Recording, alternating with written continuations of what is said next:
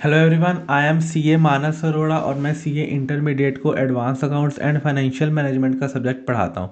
तो ये है video number 7 of our branch accounting series, जिसमें हम ब्रांच अकाउंटिंग के हर कंसेप्ट को, उसके कंसेप्ट को और उसके रेलिवेंट क्वेश्चन को एक एक वीडियो में डिस्कस कर रहे हैं। अब से पहले हम 6 वीडियोस डाल चुके हैं और ये है 7th वीडियो। इसमें हम डिस्कस करेंगे जी हमारा होलसेल प्राइस का कंसेप्ट। होलसेल प्राइस और लोडिंग में क्या डिफरेंस है और इन दोनों में अकाउंटिंग में क्या क्या डिफरेंस आते हैं वो हम सब यहाँ डिस्कस करेंगे अलॉन्ग विद द क्वेश्चन। अगर आपको बाकी के पहले वीडियोस भी देखने हैं तो मैं उस पूरी प्लेलिस्ट का लिंक आपके इस डिस्क्रिप्शन बॉक्स में डाल दूँगा। आप उसको देख सकते हैं और उसका यूज़ कर सकते हैं। ठीक है जी, अभी अपन शुरू कर रहे हैं जी wholesale price method. Wholesale price method क्या कहता है? कहता है इन दिस मेथड होल आपका head office transfer the goods to the branch at wholesale price. Wholesale price is the price which is more than the cost but it is less than the invoice price. क्या कहता है वो? अब normal जब हमने पहले branch शुरू किया था वहाँ पे हमने देखा था कि जो हेड ऑफिस ब्रांच को जो गुड्स बेच रहा है वो बेच रहा है एट कॉस्ट। ठीक है जी, पहले कॉस्ट पे बेचता था। अब फिर आया जी आपका लोडिंग का कंसेप्ट। लोडिंग के कंसेप्ट में क्या हो रहा था? हेड ऑफिस ब्रांच को गुड्स बेच रहा है किस पे? एट इनवॉइस प्राइस पर, या फिर अपा कह सकते हैं जी सेल्स प्राइस पर। ठीक है, इस पर ही गुड्स बेचेगा वो उसको। ठीक है, इसको कहा जाता है जी इनवॉइस प्राइस। और सेल प्राइस इसमें क्या होता था जी? कॉस्ट प्लस लोडिंग का परसेंटेज होता था। और ये वाला प्राइस इनवॉइस प्राइस ही सेल प्राइस होता था। लेट से 100 का गुड्स था, 20 रुपये लोडिंग लगी, तो 120 का गुड्स गया हेड ऑफिस से ब्रांच को और ब्रांच ने 120 का ही सेल कर दिया गुड्स। ठीक है जी। अब थर्ड कंसेप्ट आता है जी आपका होलसेल प्राइस का। आपने सुना होगा कंसेप्ट होलसेलर, वो कहते हैं जी तो होलसेलर है। होलसेलर कौन होता है? होलसेलर वो होता है कि जो फैक्ट्री से माल ला के एक रिटेलर को बेचे। और रिटेलर कौन होते हैं? जिनसे हम माल खरीदते हैं। फॉर एग्जांपल आपके आसपास घर के एक शॉप होगी, ठीक है, डिपार्टमेंटल स्टोर होगा जिससे आप लोग अपने घर का राशन खरीदते हो। अब वो कहाँ से लाता है? वो फैक्ट्री से तो लाता नहीं है, वो लाता है जी होलसेलर से सामान। और होलसेलर कहाँ से लाता है जी? फैक्ट्री से। और आप यहाँ पे एंड कंज्यूमर हो। ठीक है, तो ये डिपार्टमेंटल स्टोर वाला होता है, इसको बोला जाता है रिटेलर। जो ये बीच में होता है इसको बोला जाता है होलसेलर। और ये जो फैक्ट्री से माल लेके आता है। अब होलसेलर कितने का माल खरीदता है? वो कॉस्ट से ज़्यादा का माल खरीदता है एंड एमआरपी से कम का माल बेचता है। ठीक है, ऐसा ही होता है तभी मार्जिन कमाया जाएगा। कॉस्ट से ज़्यादा पे माल खरीदता है और एमआरपी से कम पे बेचता है रिटेलर को, तभी वो आपको एमआरपी पे बेचेगा। अब सेम केस यहाँ पे भी क्या होता है कि जो हेड ऑफिस होता है ना, वो ब्रांच को गुड्स देता है एट होलसेल प्राइस। और ब्रांच को आगे डिस्क्रिशन है, ब्रांच को आगे फ्री हैंड है कि वो कितने का सेल करे। फॉर एग्ज़ाम्पल 100 का मेरी कॉस्ट थी गुड्स की, जो कि हेड ऑफिस को पड़ रही थी 100 की गुड्स। ठीक है, मैंने 20% क्या लगाया उस पर? होलसेल का मार्जिन लगाया। ठीक है, और मैंने ये कहा sell the goods at 50% above cost. ठीक है जी। अब इसमें होलसेल में ये तीनों चीज़ें आ गई। अब व्हाट वाज माय कॉस्ट? मेरा कॉस्ट कितना था? 100। होलसेल प्राइस कितना था? 100 प्लस 20% कितना हो गया? 120 हो गया। अब सेलिंग प्राइस कितना था गुड्स का? सेलिंग प्राइस था जी 100 प्लस 50%, कितना हो गया? 150। आपकी चेन क्या बनी? Head office, branch and and consumer. Head office से ब्रांच गुड्स कितने का आया? 100 प्लस 20% कितना? 120। और ब्रांच से आगे एंड कंज्यूमर में गुड्स कितना गया? 100 प्लस 50%, 150।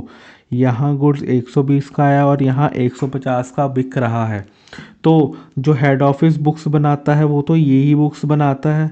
तो आपको अब यहाँ पे जो ब्रांच की बुक्स हेड ऑफिस की बुक्स में बन रही हैं, हेड ब्रांच की किताबें जो हेड ऑफिस की बुक्स में बन रही हैं, मेंटेन हो रही हैं, वो कैसे मेंटेन होगी? जब होलसेल प्राइस वाला कंसेप्ट होगा। ये अब अपन यहाँ पे सीखेंगे। ठीक है जी, आपको क्या होलसेल का कंसेप्ट समझ में आ गया जी? अब उसने क्या कहा था कि आपकी कॉस्ट 100 थी, होलसेल प्रॉफिट 60 था, तो जो ट्रांसफ़र किया गुड्स आपने वो 160 पे ट्रांसफ़र किया। ब्रांच ने कुछ अपना प्रॉफिट ऐड किया 40 का, तो उसने जो एंड कंज्यूमर था वो कितना था, उसको 200 रुपये का गुड्स उसने चिपका दिया। ठीक है जी। The purpose of this method is to know कि भाई ब्रांच कितना प्रॉफिट कमाती है। ब्रांच 40 का प्रॉफिट कमा सकती है। इस मेथड में आप लोग क्या प्रिपेयर करोगे? ब्रांच स्टॉक का अकाउंट, ब्रांच का P&L और ब्रांच और स्टॉक रिजर्व। स्टॉक रिजर्व किसका होता है जी? ओपनिंग स्टॉक का एंड क्लोजिंग स्टॉक का। ठीक है जी, ये हमने पढ़ा था जी स्टॉक्स एंड डेटर मेथड के लोडिंग वाले में, और वो है हमारा जी पार्ट नंबर 5 और इस सीरीज़ का। ठीक है जी, यहाँ पर आपका डिपेंडेंट ब्रांचेस का कंसेप्ट ख़त्म हो जाता है जी। यहाँ के बाद आपका इंडिपेंडेंट ब्रांचेस शुरू हो जाएगा। अब अपन करेंगे जी होलसेल प्राइस के 2 क्वेश्चन, अच्छे से वो 2 क्वेश्चन हैं हमारी बुक में, उनको अपन फटाफट से करेंगे। सबसे पहले है जी क्वेश्चन नंबर 8। अच्छा क्वेश्चन है, वन ऑफ द पेपर में आने वाले टाइप के क्वेश्चन में से है, क्योंकि 6 नंबर का आपका ब्रांच आना है, तो हो सकता है ये क्वेश्चन भी आपको वो डाल दे।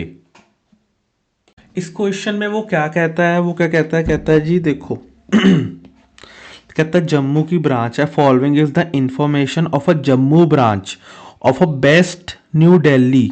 न्यू दिल्ली में उसका हेड ऑफिस है, जम्मू में उसकी ब्रांच है, for the year ended 31 March 2002। ठीक है जी। नाउ वो क्या कहता है goods are invoiced to the branch at cost plus 20%। Okay, हमको पता है, हमने ये देखा हुआ है, जब भी हमको लोडिंग का क्वेश्चन आता है कॉस्ट प्लस 20, सेल्स का 20-40%, जब भी ऐसे के क्वेश्चन आते हैं तो सबसे पहले हम यूनिटरी मेथड लगाते हैं। ठीक है जी, तो आंसर नंबर 8 है। कॉस्ट हम ले लेते हैं जी 100। तो हमने जब हेड ऑफिस ने जब ब्रांच को गुड्स बेचा था, तो उसने किस पे बेचा था? कॉस्ट प्लस 20% पे। तो इसका मतलब है हेड ऑफिस टू ब्रांच जो भी गुड्स गया होगा वो 120 के हिसाब से गया होगा। बिल्कुल। नाउ कहता sales price is cost plus 50%। Okay, तो जो है जो ब्रांच की सेल हो रही है वो किस पे हो रही है? 100 प्लस 50% पे, मतलब 150 पे। तो हमारे लिए ध्यान रखने वाली कौन सी चीज़ें हो गई? 100, 120 एंड 150। ठीक है जी, ये 3 तरह के हमारे इस बारी हमारे पास नंबर्स हो गए। ओके, नेक्स्ट वो क्या कहता है जो स्टॉक पड़ा है 1 तारीख को वो कितना पड़ा है? 2,20,000। तो ये 2,20,000 क्या होगा? 100 होगा, 120 होगा या फिर 150 होगा? 150 हो नहीं सकता, क्योंकि सेलिंग प्राइस पे कभी भी स्टॉक आता नहीं है। ठीक है जी, ये उसका कॉस्ट उसको पता नहीं है ब्रांच को, तो इस पे भी नहीं आएगा। और वैसे भी उसने लिख के भेज ही दिया है, इनवॉइस प्राइस पे है, तो ये 120 है जी। ठीक है जी। नेक्स्ट कहता goods Saint during the year, invoice price पे, ये भी 120 पे होगा जी इनवॉइस प्राइस पे। कहता सेल्स ड्यूरिंग द ईयर दी हुई है 12 लाख, तो 12 लाख 150 पे होगी जी सेल्स। ठीक है जी। Now the expense incurred at the branch दिए हुए हैं जी 45,000। कहता ascertain the branch profit earned by the branch during the year। हमको प्रॉफिट निकालना है ब्रांच ने कितना अर्न किया है। तो हमको सबसे पहले देखो खर्चे दिए गए हैं, ओपनिंग स्टॉक दिया गया है, गुड्स सेंट टू दिया गया है। तो इसका मतलब ये है कि हमको इसमें एक तरह का छोटा सा ट्रेडिंग अकाउंट बनाना पड़ेगा। अब आप कह सकते हैं कि सर इसका हम परसेंटेज हमको पता तो है, हम इसका प्रॉफिट पर इसका परसेंटेज से प्रॉफिट क्यों नहीं निकाल सकते? हम इसीलिए नहीं निकाल सकते क्योंकि आपके पास ओपनिंग स्टॉक भी है। अगर हमारी सिर्फ और सिर्फ सेल इतनी ही होती, हम इतना खरीदते इतना बेच देते, तो टोटल प्रॉफिट हमारा इतना होता। बट अब हमारे पास ओपनिंग स्टॉक भी पड़ा हुआ है और हमारे पास कुछ क्लोजिंग स्टॉक भी पड़ा होगा, तो हम सिंपली इसका परसेंटेज निकाल के हम प्रॉफिट नहीं निकाल सकते, हमको ओपनिंग और क्लोजिंग दोनों को ध्यान में रख के कुछ ना निकालना पड़ेगा। ठीक है जी। तो हमको एक ट्रेडिंग अकाउंट बनाना पड़ेगा जिससे कि हम प्रॉफिट असर्टेन कर लें, क्योंकि हमारे पास एक्सपेंसेस भी हैं। तो सर हमारे पास ओपनिंग स्टॉक है, हमारे पास एक तरह से परचेजेस कह सकते हैं हम ब्रांच की, वो भी है, सेल्स भी है, बट हमारे पास क्लोजिंग स्टॉक नहीं है। तो हम क्लोजिंग स्टॉक निकालते हैं सबसे पहले कि कैलकुलेशन ऑफ क्लोजिंग स्टॉक, कि हमारा क्लोजिंग स्टॉक कितना है। सबसे पहले हमारे पास व्हाट इज़ माय सेल्स, मेरी सेल्स कितनी है, मेरी सेल्स है जी 12 लाख। ठीक है जी, मेरी सेल्स कितनी है जी 12 लाख। और ये जो 12 लाख की जो आपने सेल करी है, या फिर आप इसको ऐसे कीजिए, आप यहाँ लिखिए सबसे पहले ओपनिंग स्टॉक। आपके पास ओपनिंग स्टॉक कितना पड़ा था जी, मेरे पास ओपनिंग स्टॉक पड़ा था जी 2,20,000। ओके, आपके पास 2,20,000 का ओपनिंग स्टॉक था, प्लस जो आपको हेड ऑफिस ट्रांसफ़र किया था, जो आपने हेड ऑफिस ने आपको गुड्स भेजे थे, वो कितने थे जी 11 लाख के। ओके, तो आपके पास ये टोटल 11 लाख के गुड्स आ गए। Now minus cost of sales.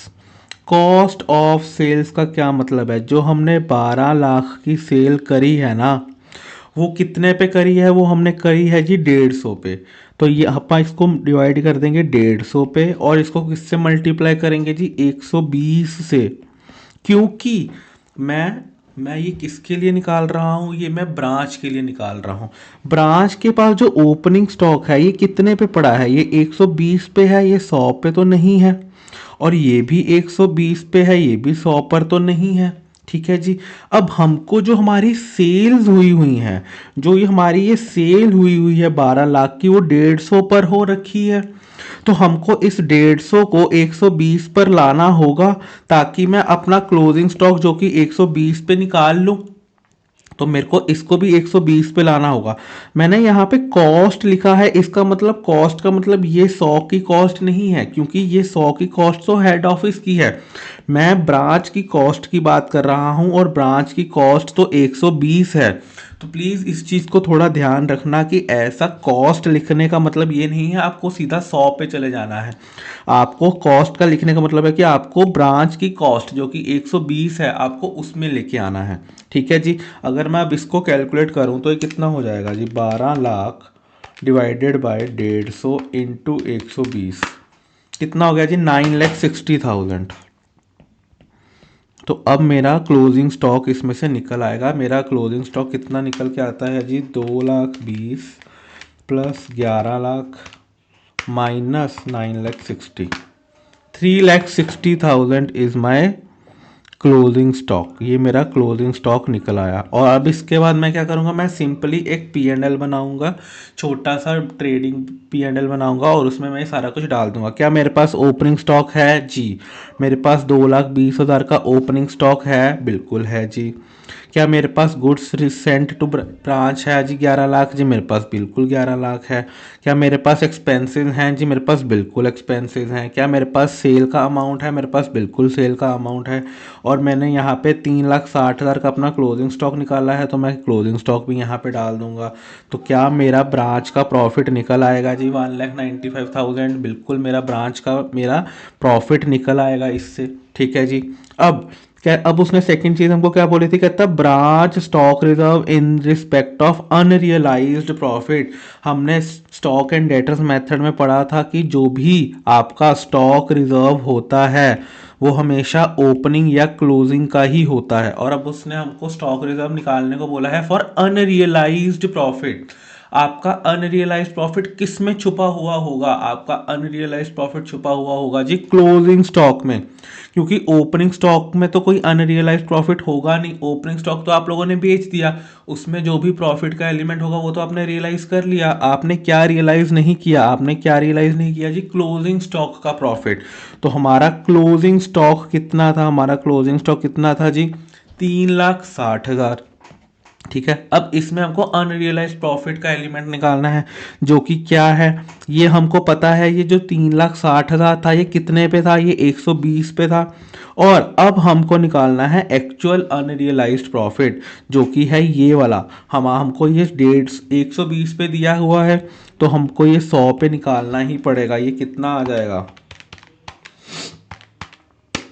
ये आ गया जी 3,00,000 आ गया कॉस्ट। ठीक है जी। तो अनरियलाइज्ड प्रॉफिट मैं कैसे निकाल लूँ, अनरियलाइज्ड प्रॉफिट इज 3,60,000 माइनस 3,00,000, तो मेरा कितना आ गया जी, ₹60,000 इज माई अनरियलाइज्ड प्रॉफिट। ठीक है जी। नेक्स्ट अब करेंगे जी अगला क्वेश्चन। इसका एक और क्वेश्चन है हमारे पास, अच्छा क्वेश्चन है। इसका क्वेश्चन नंबर है अपने पास, क्वेश्चन नंबर 11। अच्छा क्वेश्चन है, होलसेल का ही क्वेश्चन है, मैं ये भी करा ही देता हूँ।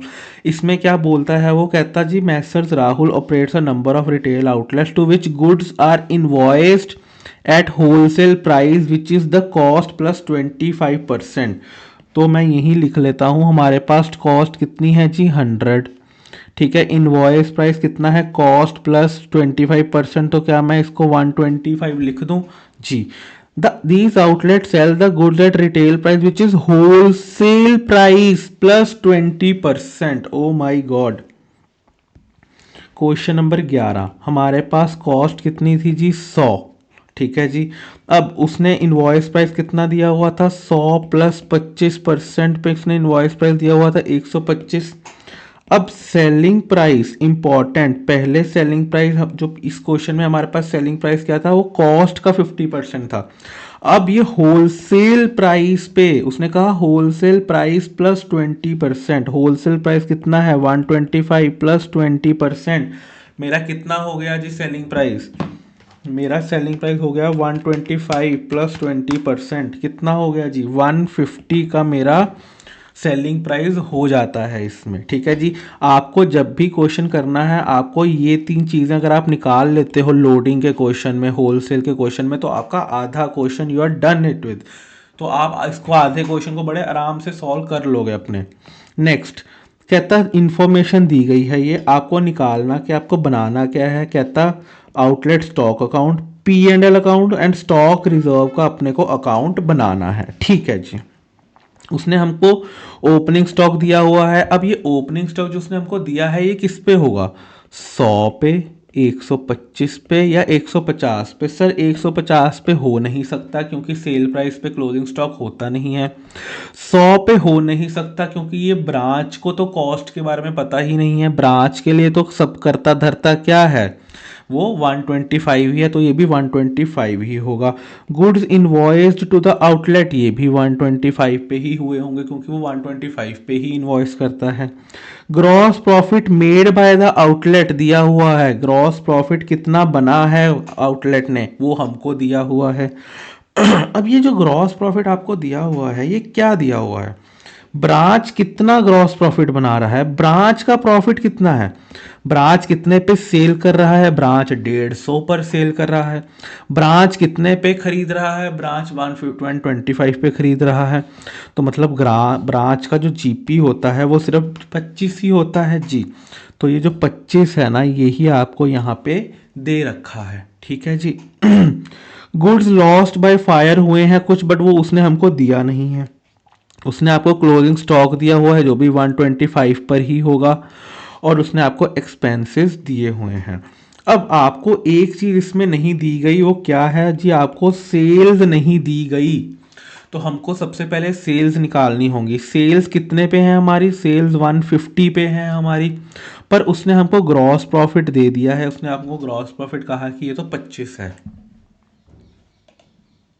ठीक है जी। अब हमारे पास ग्रॉस प्रॉफिट की फिगर है, ग्रॉस प्रॉफिट आपके पास 60,000 है, और वो हमको पता है दैट इज 25, और हमको निकालना क्या है, हमको टोटल सेल्स निकालनी है जो 150 है। तो मैं फटाफट से क्या करूँगा, मैं ग्रॉस प्रॉफिट क्योंकि वो मेरा 25 है तो मैं उसको डिवाइडेड बाय 25 करूँगा, इंटू 150 कर दूंगा ताकि मैं अपनी सेल्स निकाल सकूँ। 60,000 डिवाइडेड बाय 25 इंटू 150, ये कितना आ जाता है जी, ये आ जाता है जी 3,60,000। This is my sales. ठीक है जी, अब यहाँ पे मेरे को सेल्स की अमाउंट मेरी पता लग गई। ठीक है जी, अब उसने कहा था जी क्लोजिंग, उसने कहा था जी स्टॉक अकाउंट बनाइए। स्टॉक अकाउंट बनाने के लिए सबसे पहले क्या मैं ओपनिंग स्टॉक यहाँ पे लिख दूँ? जी, मैं ओपनिंग स्टॉक यहाँ पे लिख देता हूँ। फिर मैं लिख देता हूँ goods invoiced during the year. क्या मैं ये 3,24,000 यहाँ पे लिख दूँ? जी, लिख देता हूँ। और जब मैंने अभी अभी मैंने सेल्स निकाल ली कितनी, 3,60,000 की सेल्स, तो क्या मैं अपनी सेल्स भी यहाँ पे लिख दूँ? जी, यहाँ पे मैं बिल्कुल लिख दूँ। आपको ग्रॉस प्रॉफिट दी दे ही रखा है, तो क्या मैं ग्रॉस प्रॉफिट की अमाउंट भी यहाँ लिख दूँ? मैं बिल्कुल लिख देता हूँ। आपके पास क्लोजिंग स्टॉक भी दिया हुआ है, तो क्लोजिंग स्टॉक भी मैं यहाँ लिख दूँ। आपके पास सब कुछ आ गया। अब आपकी जो बैलेंसिंग फिगर बची वो क्या है? वो वही है जो आपका गुड्स लॉस्ट बाय फायर था। ठीक है जी, 12th का 11th में अपन ये पढ़ते हैं, या आप हमने ये भी पढ़ा है जो आपका स्टॉक अकाउंट होता है ये कुछ नहीं, ये एक तरह से आपका ट्रेडिंग अकाउंट ही होता है। तो उस हिसाब से हमने ये बना लिया हुआ है। ठीक है जी, अब नेक्स्ट ये हमने stock account stocks and debtors method में डिटेल्ड में पढ़ा है कि ये क्यों होता है, कैसे होता है। देन उसने अगला हमको क्या बोला था, कहता है प्रॉफिट एंड लॉस अकाउंट भी बना लो। ठीक है, हमने ये 18,000 यहाँ डाला, तो ये अब 18,000 सीधा यहाँ पर भी आ जाएगा, आपके P&L में भी आ जाएगा। आपके कुछ एक्सपेंसेस दिए गए थे 20,000 के, मैं 20,000 के यहाँ पे भी एक्सपेंसेस लिख देता हूँ। ये आपका ग्रॉस प्रॉफिट उठ के इधर आ जाएगा P&L में, तो इधर मैं लिख देता हूँ। और एट द एंड आपका क्या निकल के आ गया? आपका प्रॉफिट निकल कर आ गया जी। ठीक है जी, नेक्स्ट अब उसने हमको कहा था स्टॉक रिजर्व अकाउंट बनाने के लिए। मेरे पास ओपनिंग स्टॉक कितना पड़ा था? मेरे पास 30,000 का ओपनिंग स्टॉक पड़ा था। ये जो आपका ओपनिंग स्टॉक पड़ा था ये कितने पे पड़ा था? ये 125 पे पड़ा था। और आपका जो लोडिंग एलिमेंट है वो कितना है? वो सिर्फ और सिर्फ 25 ही है। तो मैं इसको क्या करूँगा, तो मैं क्या यहाँ पे 6,000 का मेरा ओपनिंग स्टॉक रिजर्व था। और मेरे पास क्लोजिंग स्टॉक कितना है? मेरे पास क्लोजिंग स्टॉक है जी 36,000। और इसमें भी 125 का एलिमेंट था, और ये मैं 25 का इसमें लोडिंग का एलिमेंट था। तो इसको भी मैं डिवाइडेड बाय 5 करके इसको मैं निकाल लूँगा जी। ये कितना आ गया आपका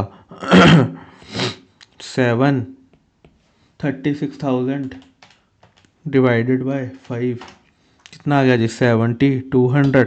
मेरे पास ओपनिंग रिजर्व इतना था जी।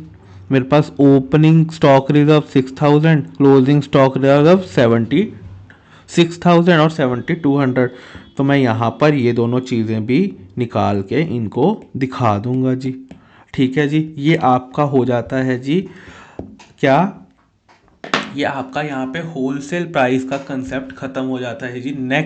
नेक्स्ट वीडियो में हम लोग शुरू करेंगे जी हमारा इंडिपेंडेंट ब्रांचेस का कंसेप्ट, कि जब भी ब्रांच अपनी खुद की बुक्स मेंटेन करता है। ठीक है जी, थैंक यू वेरी मच। अगर आपको लगता है कि इस वीडियो से आपको कोई वैल्यू ऐड हुई तो आप फटाफट से इस वीडियो को लाइक कर लीजिए और इस चैनल को आप सब्सक्राइब कर दीजिए, क्योंकि बहुत सारा सीए इंटर का एडवांस अकाउंट्स और एफएम के रिलेटेड ऐसी ही रिवीजन वीडियोस और कंटेंट इस चैनल पर आने वाला है। ठीक है जी, थैंक यू वेरी मच।